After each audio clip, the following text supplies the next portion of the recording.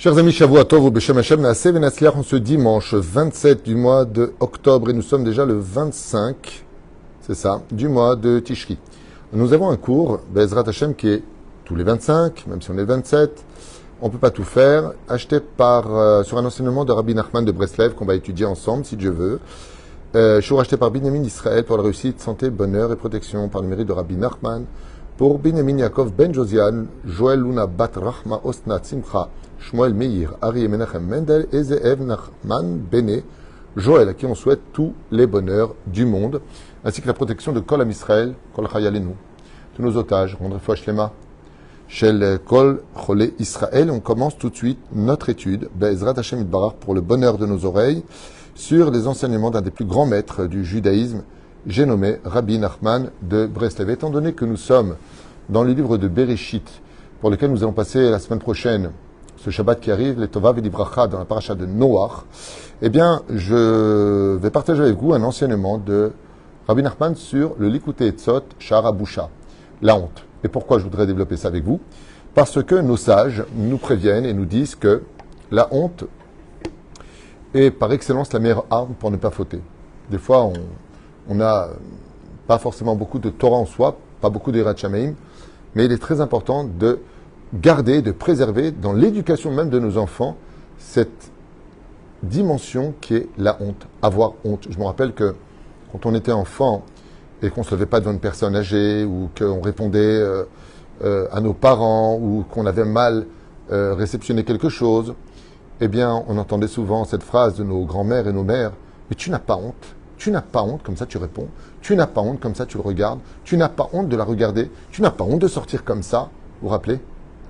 Vous vous rappelez cette phrase qui nous a donné l'épice principale de l'éducation, la honte. Et c'est pour ça d'ailleurs que dans la faute originelle, ce qui sera le plus désœuvrant, le plus inexplicable, c'est que Adam Arishon, au lieu d'avoir honte d'avoir fauté, alors c'est vrai qu'il se cache. Il se cache parce qu'il a un soupçon de honte en lui. Il se voit nu. On parle du tzitzit, on parle de choses très profondes dans cette histoire, mais il y a quelque chose à retenir, c'est que quand Dieu le dévoile, il perd sa honte, il dit « Ouais, ben, c'est la femme que tu m'as donnée qui m'a fait tomber. » Tant que on aura de la honte, on aura des raisons de faire teshuva, dit le Baal Shem Tov.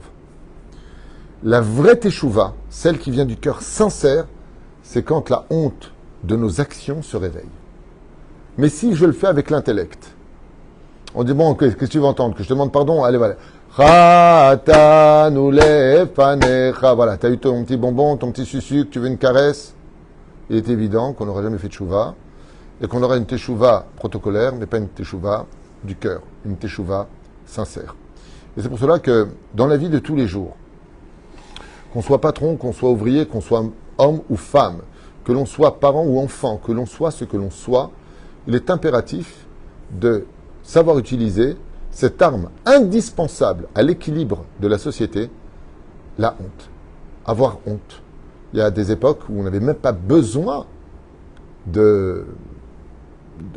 d'éduquer à ce genre de choses. Dans l'atmosphère, on ressentait des fois des choses qui ne se faisaient pas, on avait honte de les faire. Et aujourd'hui, si le monde part en décadence, c'est parce que la honte ne fait plus partie du vocabulaire éducatif dans les familles et dans les maisons. Je fais ce que je veux, je vais où je veux, il n'y a que du je, et je me montre à un tel point que même les défilés en hébreu de certaines choses qui seraient selon la Torah, je dis bien selon la Bible, sans vexer personne, immorales, s'appelle mitzad agava, le pas de l'orgueil.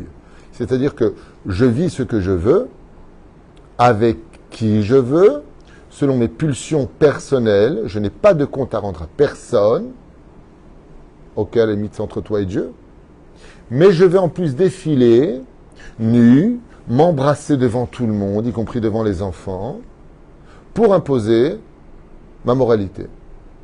Et là, on a envie de dire, mais t'as pas honte? Est-ce que ce serait agréable pour certaines personnes, par exemple, je dis pour une question bête, très pauvres et en grande difficulté financière, d'avoir quelqu'un qui vient juste à côté d'eux sortir ses liasses d'argent et les compter comme ça devant eux? Ou de cesser de dire je pars en vacances face à un couple qui n'est pas parti en vacances depuis 10 ans, tu ne peux pas avoir un peu de retenue quand tu parles. Tu es obligé de constamment dire que tu as acheté une voiture, tu pars en vacances, tu fais ceci, tu fais cela. C'est quoi ton but? Tu ne prends pas compte des autres. Ce qui fait que sans la honte, sans couvrir ce que je devrais couvrir, eh bien, le monde ne peut pas évoluer, si ce n'est que tomber encore plus bas que ce qu'il n'était au préalable. Et c'est pour ça d'ailleurs qu'en hébreu, quand on parle le magnifique langage de la langue sainte, l'hébreu, eh bien, comment on dit le mot vêtement en hébreu? Levouche. Levouche, on dit en hébreu, je m'habille. Leik la bêche. Pourquoi on appelle ça leik la bêche? Levouche, c'est bien du mot boucha. Couvre-toi, c'est honteux. S'habiller, couvrir son corps. Justement parce qu'il pourrait être attirant pour les autres. Au lieu d'avoir le pot de Nutella au niveau du ventre, tu as les plaques de chocolat. Couvre-toi. Pourquoi? D'abord pour ne pas gêner les autres, de montrer que toi tu as réussi ton régime, tu fais du sport. Et voilà que la femme arrive, regarde son mari en disant, punaise, quoi tu ressembles, regarde-lui comment il est foutu. Ou le contraire, un homme vis-à-vis de sa femme qui lui a donné 5 enfants et qui est passé du violon au violoncelle et qui a ses difficultés. Et là, d'un coup, tu vois des femmes qui viennent montrer leur forme. T'as pas honte? Pas simplement vis-à-vis de toi. Vous savez, les diamants, on les cache. Quand on a de belles formes, et on sait que ça attire l'œil, t'as pas honte de les montrer? Si ça a de la valeur à tes yeux, si vraiment ça a de la valeur, alors cache-le. Car tout ce qui a de la valeur, on fait attention à lui. On ne l'expose pas. Quand on a un peu d'intellect, un peu d'intelligence dans la tête, on pense au regard de l'autre. Et puis surtout, quand on est une femme, on comprend une autre femme. Si tu as le bonheur d'être belle et bien foutue, pense à la femme mariée qui, elle, par contre, n'a pas eu la même vie que toi ou la chance de faire du sport comme toi. Parce qu'elle est déjà mariée, a subi beaucoup de soucis dans sa vie. Ses cheveux sont devenus blancs, ses rides sont sur le visage, son corps a déjà donné des enfants. Et toi, t'as pas honte de venir comme ça? De gêner peut-être les autres? Tu n'as pas peur de l'Aïnara? Tout ce que je vous dis, c'est de la pure Torah, il n'y a rien de personnel. Aval, c'est parce que la honte a disparu que le monde tombe. Tombe. On est arrivé dans une génération où avant, on disait quand on marchait sur le pied d'une personne, excusez-moi, je ne vous ai pas vu. Aujourd'hui, si vous ne pouvez pas faire attention, vous voyez bien que je marche ici, vous mettez votre pied. On ne demande plus pardon. Peut-être que dans certaines maisons, ça existe encore. Mais de façon générale, la société dans laquelle nous vivons a dépassé toute mesure d'effronterie et de mensonges. C'est un truc de fou. Tu achètes une maison. Tu t'en vas 48 heures. N'importe quel étranger, même sans papier, a le droit de se rendre propriétaire de ta maison en changeant la serrure, en s'installant. J'aimerais bien qu'ils fassent ça à tous les préfets de France, à tous les policiers de France, pas pour leur faire du mal. C'est pas mon intention. Mais comment on peut, pardon, même pas eux, hein, à ceux du Parlement français, ceux qui votent ces lois. J'aimerais bien que ces gens-là rentrent chez eux, d'un coup ils voient un étranger. Ah, c'est la loi. Vous êtes parti 48 heures, vous ne pouvez pas mettre dehors, j'appelle la police. Et en attendant, tu dois payer la banque, les factures sont pour toi, tout est à l'intérieur. Et pire que ça encore, s'il y a un meuble qui ne lui plaît pas, il peut te demander de lui changer. Vous n'avez pas honte de faire des choses pareilles, de voter des lois pareilles? C'est du pur vol. Du pur vol. On n'a plus honte de rien aujourd'hui. Les lois ne veulent plus rien dire. Les taxes sont tellement au-delà de toute logique que ça ne te donne même plus envie d'ouvrir des affaires. Tu travailles plus pour l'État que pour toi. Et si en travaillant pour l'État, ça te payait plus ta retraite, d'accord, mais c'est pour le donner à des adresses que tu n'as pas forcément envie de donner. Maintenant, il y a une nouvelle loi qui est sortie, j'ai entendu, je ne sais pas si c'est vrai ou faux. Mais il y a une taxe qui va exister pour aider ceux qui ont des animaux à la maison. Ça veut dire que le mec, il ne veut pas de chien, mais il va payer une taxe pour celui qui a un chien. Combien on peut être absolument absurde, sans honte, de demander des choses pareilles? Bientôt, la nouvelle loi sera que si quelqu'un a des découverts à la banque, les riches devront lui payer le découvert. Où est-ce qu'on va? Donc, cela ne nous regarde pas forcément parce qu'on parle de la France, un pays que j'aime particulièrement et qui m'a beaucoup donné aussi. Mais je trouve que le monde va dans une direction absolument folle. On devient fou, complètement fou. On se permet de faire sur les réseaux sociaux des vidéos de ce qu'on m'a dit. Rav Tuto, heureusement que vous n'êtes pas sur les réseaux sociaux, c'est tellement impur. Je donne moi un exemple. Il m'a dit de plus en plus de vidéos qui racontent comment l'inceste se réalise. Qu'est-ce que vous en pensez? Moi j'étais avec ma soeur, moi j'étais avec mon frère, moi j'étais avec ma mère, moi j'étais avec mon père. Hein? Et qu'est-ce que vous en pensez? On a passé un très bon moment. Vous n'avez pas honte? Pas honte de faire des vidéos pareilles? C'est de l'inceste. C'est condamnable par la justice, encore de nos jours. Enfin, ce qui paraît. De quoi est-ce qu'on parle? Tu n'as pas honte de tromper ta femme, de tromper ton mari? Tu n'as pas honte de voler des gens? Prends le téléphone, t'arnaques des gens avec des faux diamants, du forex. T'as pas honte? T'as pas honte? T'as pas un visage? Non seulement la personne n'a pas honte, mais en plus de ça, elle te dit « Ah non, moi j'ai des bureaux pas cachers. » C'est-à-dire, t'es en train de dire que t'es un voleur avec un mot diplomate. T'as pas honte de voler des gens? De les ruiner, de prendre leurs économies? T'as pas honte? C'est une question simple. T'as pas honte? Non. Quand on perd la honte, on devient voleur, menteur, violeur, arnaqueur. C'est pour cela que le monde ne peut pas évoluer tant qu'on ne reviendra pas, comme le dit la Gemara dans Masechet Sanhedrin, à la page 97-98, le Mashiach ne viendra que quand la honte sera réinstallée. Réinstallée. Quand le Mashiach viendra, ce sera un jour de honte absolue, parce que la vérité va éclater dans le monde. Éclater dans le monde. Vous n'avez pas honte de répondre comme ça à vos parents? Ton père et ta mère t'ont tout donné, ils t'ont élevé. T'as pas honte? Tu les envoies balader? Ils s'inquiètent parce que tu rentres tard, même si tu as 25 ans, 30 ans, tu restes leur enfant. Et au lieu de les rassurer, tu les envoies balader. Vous me saoulez, j'ai rien à faire de vous, me faire cuire un œuf, arrêtez de me saouler, je suis plus un gamin.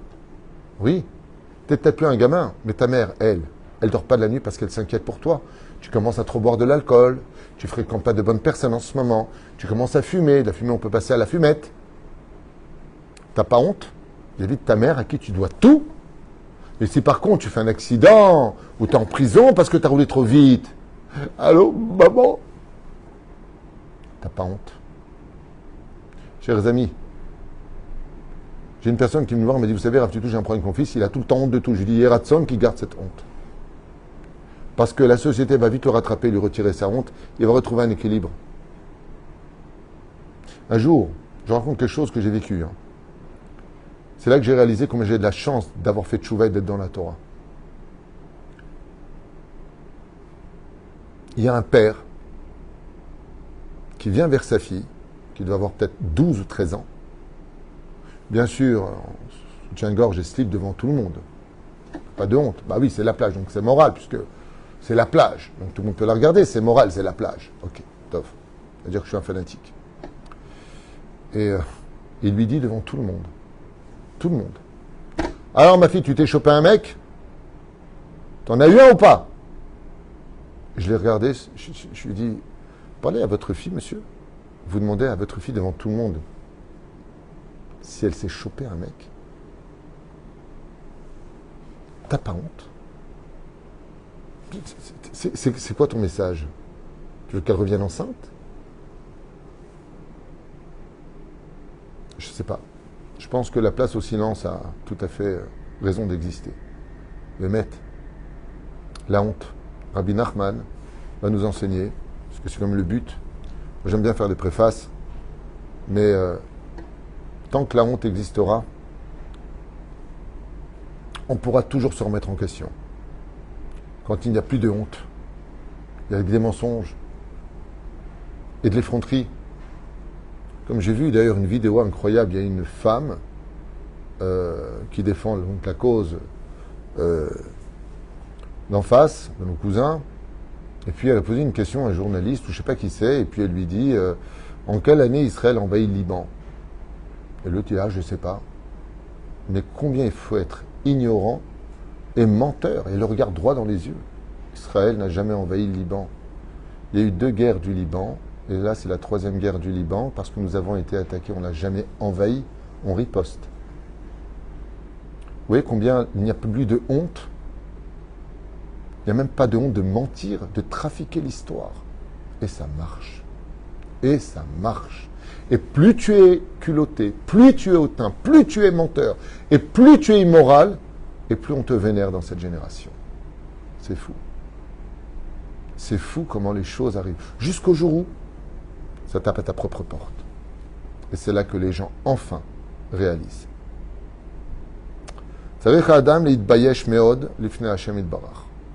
Premier enseignement de Rabbeinu Nachman de Breslev, il est impératif pour un homme de ressentir une grande honte d'exister devant Dieu. Chez Lola Asot Neged Ritzono, afin qu'il ne fasse jamais rien qui aille contre la volonté de Dieu. Au Mikol Sheken, à plus forte raison, chez Lola Asot Ezechet va avant Chaz Shalom. Et à plus forte raison pour ne pas ni fauter ou même penser à de mauvaises choses. Babusha Imaalak Dolameod.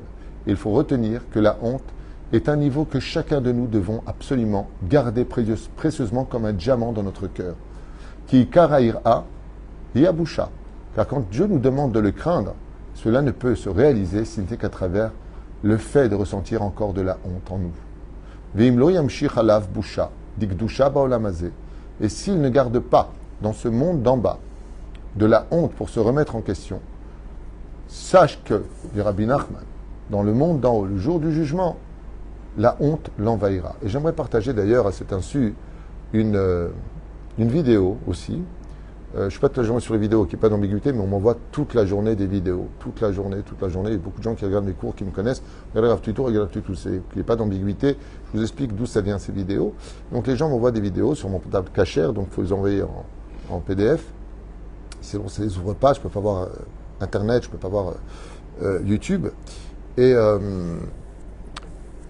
c'est une femme qui donc décède mort clinique, on appelle mort clinique, et elle expliquait que quand elle est décédée, elle a ressenti une honte qui l'a envahie, mais une honte tellement violente qu'elle a demandé à la lumière d'en finir avec elle, de l'exploser. Et elle a expliqué que ce qu'elle a ressenti dans le monde d'en haut, alors peu importe si c'est vrai ou faux ce qu'elle dit, mais c'est vrai parce que dans nos livres c'est marqué. Je ne me réfère pas à ce que vient dire cette personne. Je me réfère à un témoignage qui correspond à nos écrits à nous. Et ce que dit cette femme, c'est qu'elle a ressenti la honte de toutes les personnes à qui elle a fait honte. Et que c'était tellement violent au sein de son âme que c'est les boyaux qui se froissent, l'envie de vomir, de ne plus exister, de rentrer dans un trou noir. Tellement on a honte d'exister à ce moment-là parce qu'elle a ressenti les hontes qu'elle a fait subir de son mauvais caractère, des portes claquées sur le visage, des insultes, de sa façon d'envoyer balader les gens. Et ce qui lui a fait subir cette lumière dans laquelle elle s'est plongée quand elle est sortie de son corps, c'est de ressentir toute la honte qu'elle avait fait subir. Et elle expliquait qu'il y a une chose de sûre maintenant, c'est qu'elle a pris sur elle de ne plus jamais, tellement la douleur était violente, de ne plus jamais faire rougir quelqu'un ou de ne plus jamais mettre en porte-à-faux une personne, parce que maintenant, elle a vécu sur sa propre chair combien il était important de ne pas faire honte à qui que ce soit. Tov Bekitsur, Kaniskar Leel Veit Bayesh Baolam Haba. Car celui qui n'a pas honte sur terre, dit Rabbi Nachman, qu'il sache que dans le monde futur, après la mort, il sera envahi de honte, de ne pas avoir fait la Torah, les mitzvot, ou d'avoir fait du mal à autrui. Je disais Kashem Mikol Haonashim, et voilà donc ce que je viens de vous dire, il le dit ici, car la honte ressentie après la mort est pire que toutes les souffrances qu'on pourrait imaginer dans l'enfer ou dans ses réincarnations ou dans le kafakala. Kitsar Abusha Leatid Lavo Kasha Meod Meod, car la honte devant le jugement divin à la fin des temps ou au dévoilement du Messie qu'on attend tous sera si grande qu'elle sera plus douloureuse que tous les feux de l'enfer. Même les tzadikim, les justes, auront honte de ceux qui ont été plus grands qu'eux parce qu'ils ont plus investi encore dans le monde de la Torah et des mitzvot. Alze, oy leota busha, oy leota klima. Et sur ce, nos chachamim nous ont dit, malheur à nous de cette honte qu'on ressortira à la fin des temps, et cette honte qui nous détruira de l'intérieur. Mikol sheken vechol sheken ech yitbaishu achotim chaz v'shalom. Et à plus forte raison, les réchaïm de la fin des temps, les fauteurs, quand viendra le moment où la vérité sortira dans le monde, combien ils auront honte d'être regardés dans le monde entier comme étant des fossoyeurs, des menteurs et des manipulateurs.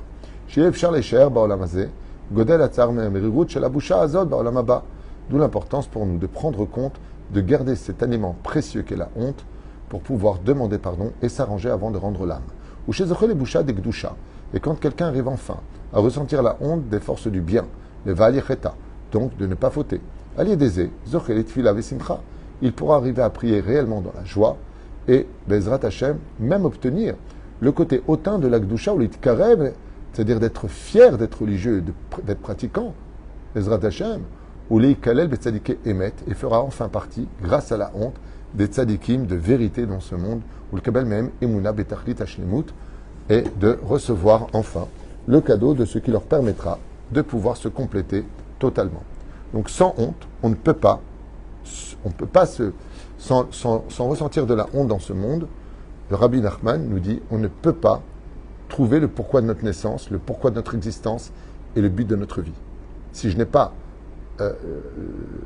ce sentiment de j'ai honte, peut-être que je t'ai mal répondu, peut-être que je t'ai mal accueilli, peut-être que je t'ai mal accompagné, peut-être que si j'ai pas cette... C'est marrant parce qu'on parle de honte, mais c'est très synonyme d'humilité d'avoir honte. C'est magnifique. C'est marrant parce qu'on partage des cours qui paraissent un peu peut-être nagnants pour certains ou peut-être intéressants pour d'autres, mais c'est une vraie école de vie. Je vous conseille vraiment de réécouter ce cours et de le partager, surtout entre vous dans la famille. Si on avait plus de honte, le petit frère vis-à-vis du grand frère, même le grand frère pour donner l'exemple au petit frère. Non, mon frère, tu étais assis avant moi, reste, je ne me donne pas ta place. Arrête, j'ai honte, moi je veux m'asseoir, toi tu vas rester debout. Si on avait plus de honte, on aurait beaucoup plus de paix entre nous. D'ailleurs, ça ne m'est pas toujours de voir des femmes ou des hommes s'insulter à la maison. J'ai entendu ce Shabbat, un couple se serait déchiré. Espérons que tu crèves, patati, patata. T'as pas honte. En plus en public, mais t'as pas honte.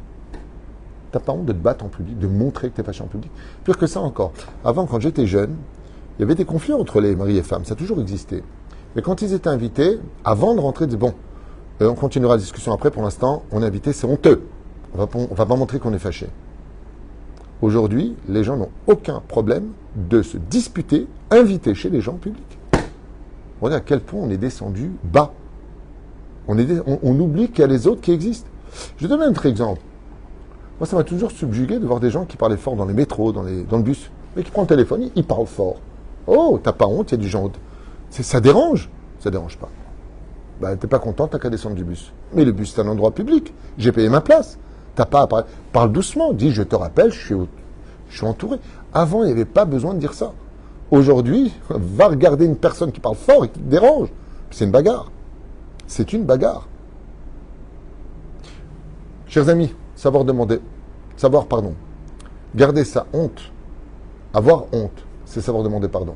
Si je perds la honte, ce sera à l'autre de me demander pardon, s'il veut que je le pardonne. Voilà plus ou moins ce que l'on retiendra de ce premier chapitre du Likutei Etzot de Rabbi Nachman de Breslev sur la honte. Chen Bezrat Hashem, c'est honteux de perdre la honte et c'est un trésor qui permet de se développer, de se retrouver grâce au fait que Bezrat Hashem, on a intérêt à non seulement préserver la honte qu'on a sur terre, mais on verra que Rabbi Nachman nous apprendra d'ailleurs plus dans la suite du verset de son chapitre que la plus grande punition, c'est que en haut, tu risques d'avoir vraiment honte, d'être sorti comme tu es sorti, d'avoir parlé comme tu as parlé, et même pire que ça, d'avoir existé comme tu as existé. Avant, il n'y avait pas besoin d'enseigner trop l'immoralité. Aujourd'hui, chers amis, c'est dans vos écoles qu'on vient apprendre à vos enfants de ne plus avoir honte de rien. Donc vous comprenez pourquoi aujourd'hui il y a de plus en plus de divorces, de gens qui vivent seuls, isolés, et de plus en plus de gens qui vivent dans l'irresponsabilité sur le dos des autres de la société humaine. Tout est manipulé par la force, et c'est celui qui aura la plus grosse bombe atomique qui fera la loi. C'est celui qui aura le pouvoir qui fera la loi, sans aucune honte. Et ce seront ceux qui auront honte encore, qui auront tort d'avoir eu honte dans une génération dépravée.